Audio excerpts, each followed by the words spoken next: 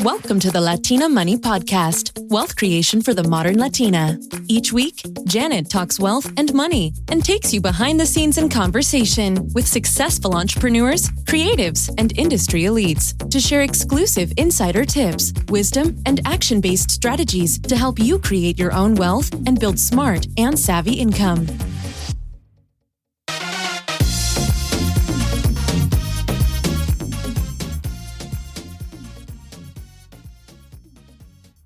Armida, welcome to the Latina Money Podcast. So excited to have you here with us. Oh, thank you so much for having me. I've been so incredibly fascinated by not only the work that you're doing on and off the screen, but your own individual story, because it really is a true testament to the power of the American dream. And so now, so you were born in El Salvador, and you and your family came to the U.S. when you were 8. So tell us a little bit more about what that journey was like for you. I didn't understand it at first as a kid, right? You just don't understand, like, why you have to move. Yeah. And why your mom's telling you, like, we got to move and stuff. So that was a little hard for me at first. And also my parents were divorced. And so I knew that my mom moving to the United States was going to be being away from my dad. And it was very confusing and stuff. But there was a war going on at the time. I think there was a civil and in El Salvador, you know, a lot of people that know about it. It was really dangerous. Mm-hmm. The government, there was a lot of people killed and all these things. And so my mom wanted a better future for us, and so my grandma was a nanny, and she used all her nanny money to give my mom money, help her to move to the United States, because my mom had her own, you know, office. She was a lawyer in El Salvador, so she didn't want to let go of any of that. So my grandma wanted to take away the excuse and be like, no, I don't care, you know, you have to move because it's a better opportunity for your kids. And so we moved out here, and you know, I went to private school in El Salvador, and we weren't rich, but, you know, my mom was making a decent living, you know, and you know, we were able to go to a private school. My mom had enough for that, and so moving to the United States, it was a complete opposite. Like, we came here, we lived at my aunt's house at first, and then my mom got a 1-bedroom apartment for 3 of us in Sacramento, California, where I grew up. Wow. And then from there, we were pretty poor. My mom's on food stamps. Mm-hmm. My mom, you know, we had the health care, Medi-Cal, you know, fortunately we did. Yeah. And we were just literally like, just trying to make it and go by. And I was going to public school, and I was being pulled out of class, you know, because of ESL, English as my second language. Mm-hmm. And so, you know, being from a different country, I didn't know the language. So I didn't speak English when I first moved out here. Yeah. And, it was definitely a culture difference. Everything was different, you know, financial difference, everything, life difference. It was very, very different. Yeah. And I know that couldn't have been easy for you guys. Girl, what advice would you give with your experience and with everything that you've been through, you know, for Latinas and for all females, really, you know, siguiendo un sueño and wanting to really follow that dream? I would say, you know, well, first and foremost, you know, like, it's not where you come from, it's where you're going, right? So, like, I'm a true believer, like, you know, I just wrote a film, and it's about that. It's made in America, and it's about, just because you're from a different country. I was born in El Salvador. I'm raised there, you know, like, my roots are there. My blood is from there.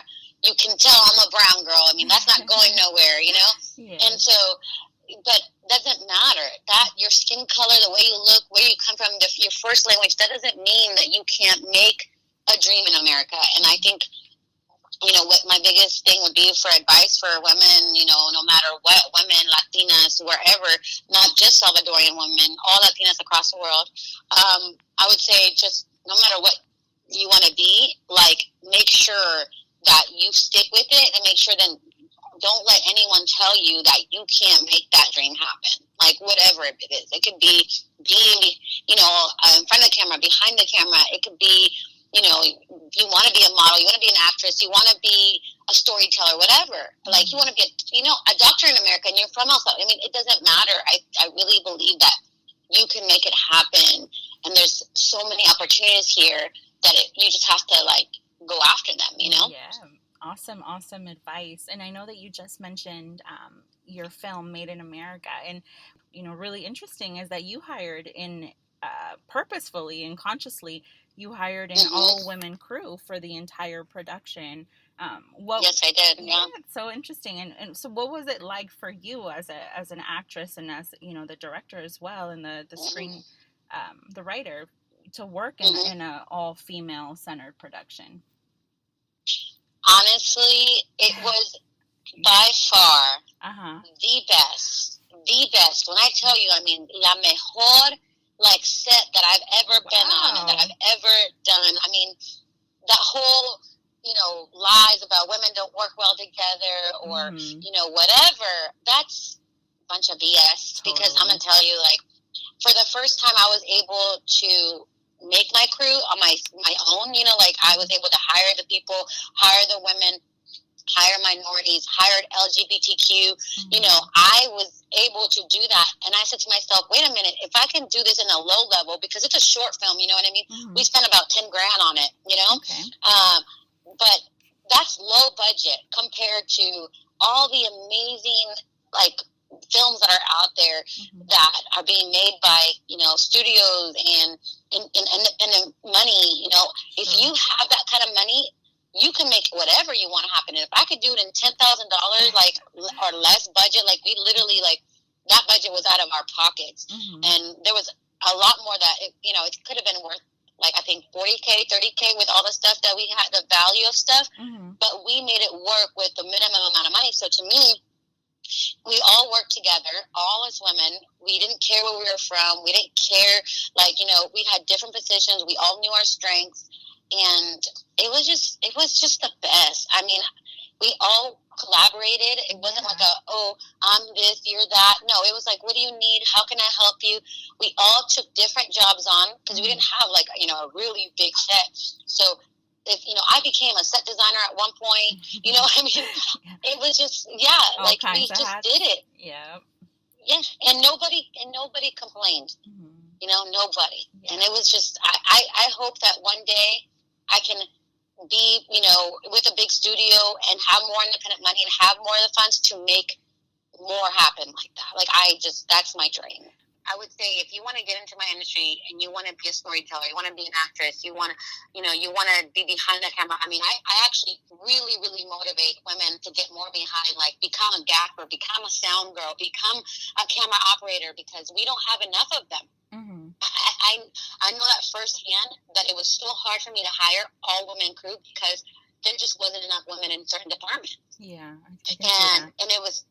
And it was really, that's something I learned firsthand, because I'm like, wow, there was only one sound girl that I could find on all of Atlanta, and she was working, of course, you know what I mean? And it was just like, and so it was just like so hard. I would say if we can promote that more and encourage women. So I want to encourage every woman to, whatever you want to be on set, you can be, and go do it, and go find somebody to be an assistant or a PA, or, go do it and go learn, and then become that, because I'm telling you, you will get hired. I will hire you. I will be looking for you, Yeah.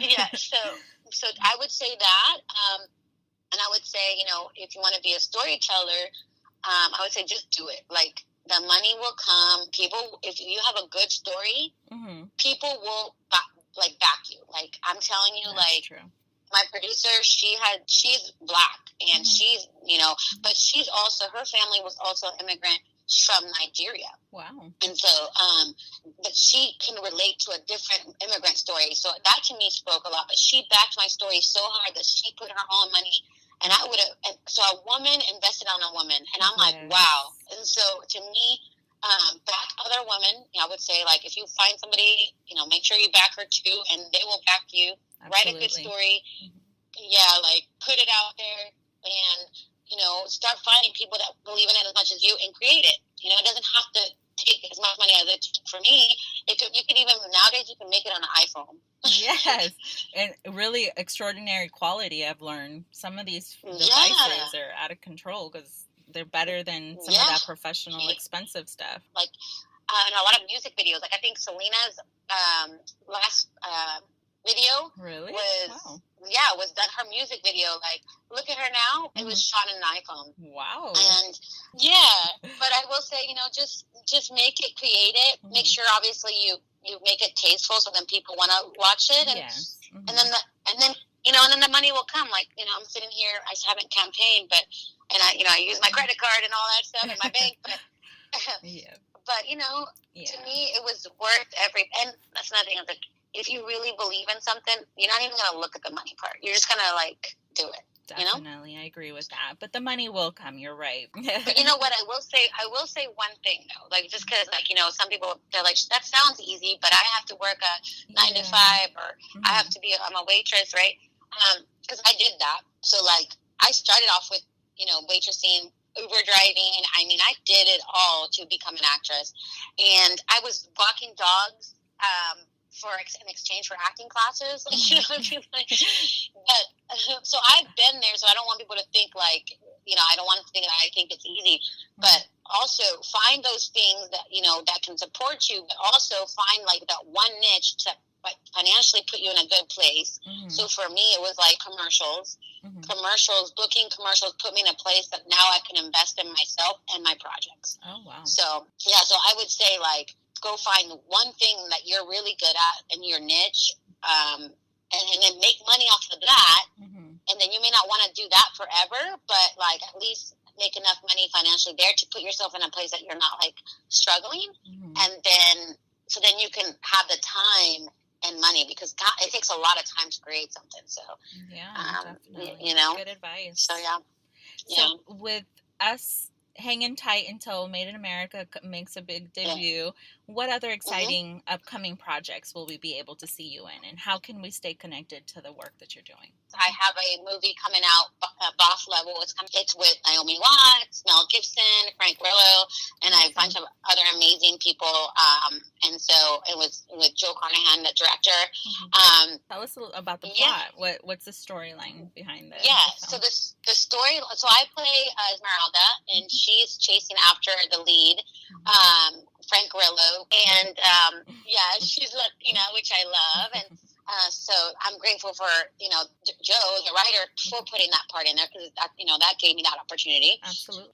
His character is pretty much reliving the same day over and over. And so it's I don't want to say too much, but it's a really cool, very action-driven film, and I definitely would love for you guys to stay tuned for it. Yes, and it watch sounds exciting. And then also, of course, Made in America Film, and on Instagram we'll be showcasing that. We'll be submitted to tons of festivals. And then my personal account, which is the Armida Lopez, on Instagram and on Twitter, and I'll post a bunch of my stuff, my interviews, all my goodies, and and I'm sure I'll pop up on your TV screen on some commercials, because I got a couple of them. You're like, is that Armida? I'm like, yeah, that's probably me. If it's a Latina and she's awesome, it's me, not just Girl, well, we can't get enough of you. So wherever we can see you, we're all for it. Armida, it's been so phenomenal to have you here on the show, and for sharing your experience and sharing your amazing journey, and it's been so inspiring, and for all of us to get on our hustle too, and to really kind of do the damn thing if we're not already doing it, and I really look forward, and I'm sure the rest of our audience, absolutely can't wait to see and hear more from you. Oh, thank you so much. And it was a pleasure to talk to another fellow Latina doing her thing. Well, thank you. I'm sure that we will stay connected, and we can't wait for all these exciting projects that we'll see you in. So thank you so much. Definitely won't be the last time we'll talk. We'll talk with you. I know. Better not. We're gonna stay close for sure. What an incredible human being, right? Well, now that you've had a chance to be part of our chat, I'd love to hear from you. Which part of today's conversation resonated with you the most, and why? Leave a comment below and let Latina Money know. Share as much detail as you can. Other incredible souls will come here for insight and inspiration, and your story may be just what somebody else needs to have a major breakthrough. Want to dive deeper into the money conversation? Stay connected to Latina Money by subscribing to the podcast, and don't forget to connect with me on the Latina Money social media channels. Thank you for reading, listening, and sharing your voice. With so much love. Hasta la próxima.